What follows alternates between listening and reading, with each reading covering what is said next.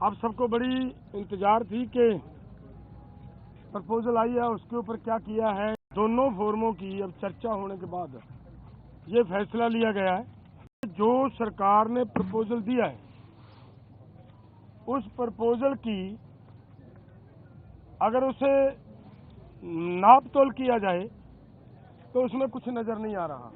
2-3 फसलों का बिकने की व्यवस्था बनाए और बाकी किसानों को ऐसे छोड़ दिया जाए, ये हमें उचित नहीं लग रहा। देश का किसान इसी तरह लूटता जा रहे तो वो हमें स्वीकार नहीं है। आप सबको बड़ी इंतजार थी कि प्रपोजल आई है उसके ऊपर क्या किया है, क्या उसके बारे में कुछ तरह के विचार चल रहे थे। कोई कुछ बोल रहा था, कोई कुछ बोल रहा था, लेकिन ये दोनों फोरमों की अब चर्चा होने के बाद ये फैसला लिया गया है कि जो सरकार ने प्रपोजल दिया है उस प्रपोजल की अगर उसे नाप तोल किया जाए तो उसमें कुछ नजर नहीं आ रहा। अगर इसको ध्यान से देखेंगे तो माननीय मंत्री जी कल ये बता रहे थे कि सरकार अगर एमएसपी की गारंटी दालों के ऊपर देती है तो हमारा 1.5 लाख करोड़ रुपया हमारी जेब से खर्च होगा, हमारे बजट के ऊपर वेट पड़ेगा। और इसी के बराबर एक खेती माहर साउथ का प्रकाश कामारेड्डी जी के अनुसार केवल 1,75,000 करोड़ रुपया अगर सभी फसलों के ऊपर एमएसपी दी जाती है तो 1,75,000 करोड़ रुपए के अंदर वो काम चल सकता है। तो फिर अगर सरकार इतने पैसा लगा भी रही है तो ये 2-3 फसलों का बिकने की व्यवस्था बनाए और बाकी किसानों को ऐसे छोड़ दिया जाए, ये हमें उचित नहीं लग रहा। दूसरी बात मैं और एक कहना चाहता हूं, देखिए हमारी गवर्नमेंट बाहर से 1,75,000 करोड़ रुपए का पाम ऑयल मंगवाती है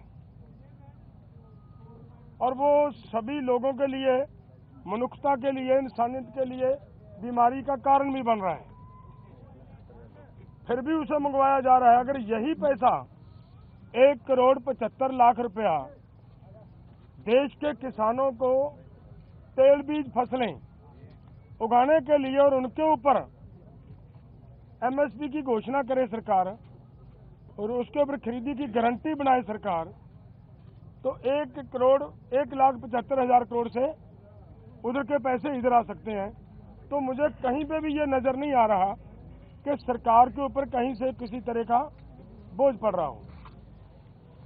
अगली बात मैं ये कहना चाहता हूं कि जो मैंने कहा कि इसे अगर ध्यान से देखेंगे, स्टडी करेंगे तो इसमें कुछ नजर नहीं आ रहा।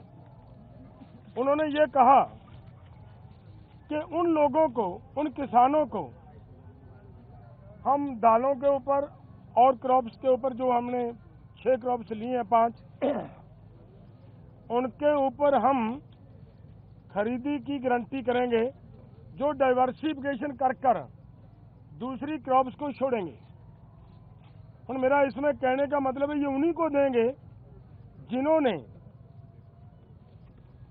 धान को छोड़कर मूंग को लगाया होगा।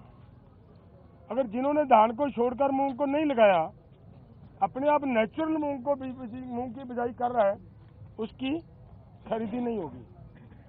तो इसलिए इन सभी बातों से ये निकल कर आता है कि इसमें से कुछ किसानों को लाभ होने वाला नहीं है। हमारी मांग है कि पूरे देश के किसानों की 23 फसलों के ऊपर हमारी सरकार एमएसपी अनाउंस करती है।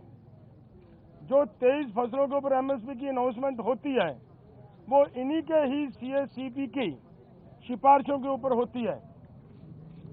और जब वो देती है सरकार हमें सीएसीपी के अनुसार एमएसपी का मतलब होता है मिनिमम सपोर्ट प्राइस को और गहनता से उसकी पड़चोल करोगे तो उसका मतलब ये होता है कि कम से कम आपको जिंदा रखने के लिए, आपको स्टैंड रखने के लिए एक सपोर्ट दी जा रही है।